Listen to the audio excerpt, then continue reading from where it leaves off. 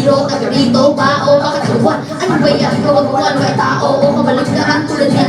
Natatawa, di mo alam, ayaw makialam o wala ka lang pakialam. Ang dami na namamatay, pumapatay, nagpapakamatay, nagpapagoy sa mga batay na nadamay sa mga away. Ang mga nagdumupo sa patin.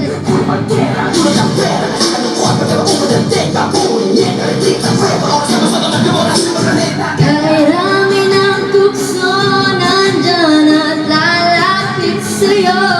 Mga matang nakasunod, nakabantay, naglalakbay sa pagitan ng dilim at ng liwanag. Mabait ang katotohanan sa mundong makasalanan.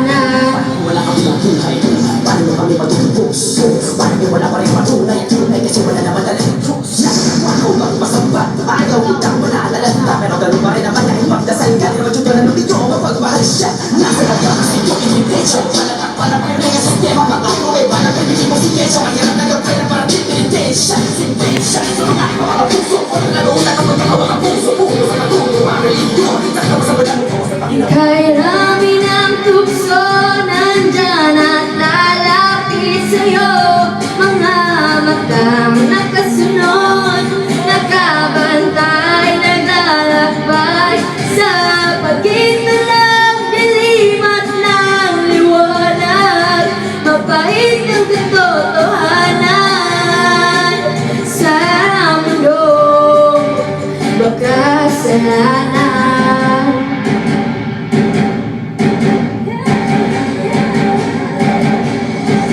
Minsan di natin nababati ng kamalian ang lahat na siyang kahirap tanggapin. Kahit isa ang kinikilala ng Diyos Ama. Ang tanong, bakit yata parang dead ba yung iba?